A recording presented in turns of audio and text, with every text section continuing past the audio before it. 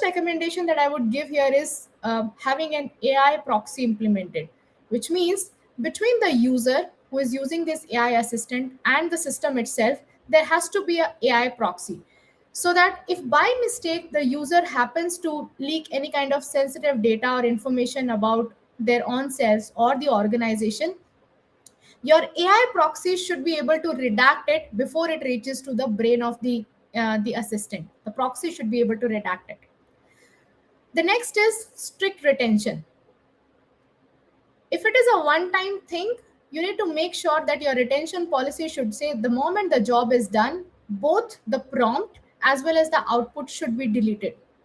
There is no need for our AI assistant to retain this data. We can always go and question the same prompt and get a better answer. Okay, you always need to remember, if you don't need your AI assistant to train on it, you don't need to retain it. And the next is differential privacy, wherein if you can feed some when your data is getting accessed by the AI assistants, if you can feed with some kind of noise injection, so that even if they try to reconstruct the same data, they're not able to do it. Okay, the fuzzy simulation and all. So these would be some of the recommendations that you need to follow whenever you are going to implement a data governance for these AI assistant users within the organization. And every user should be informed about them, the policies, the compliances. No, no, what you are saying is those days, I think the proxy was a key pointer where every internet traffic using the Microsoft browser or the Internet Explorer, we had a proxy setting set, and every traffic that was passing through that used to go to a proxy server, and that was tracked. And now what you're saying is we are going back to the stage where again a proxy is needed to have all the data that we are feeding to these systems be tracked, so that any malicious thing or any data that is getting leaked also can be looked at.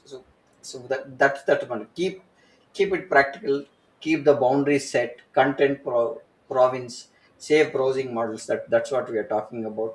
Tool gated execution, policy checks before even the action is on. That's what we are saying now. As we are talking about data leakage, what is the most common silent leaks leaders miss?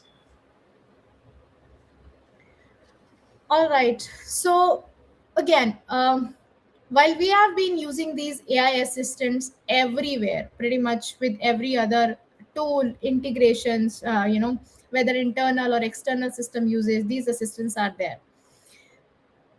There are places wherein we often miss to look in, how these AI assistants are getting used, like the error logs.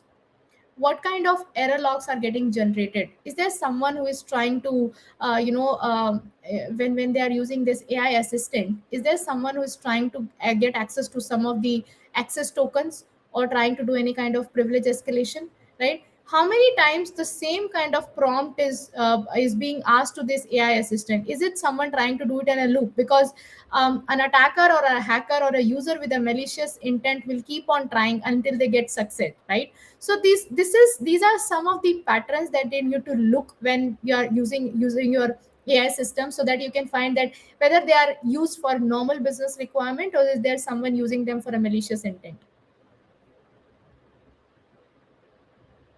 Got it. So now coming to where does the data leak happen, or where does it happen? Chat logs, memory, screenshot, tickets, summaries, analytics, or third party model calls. Where do you think the primary leak happens?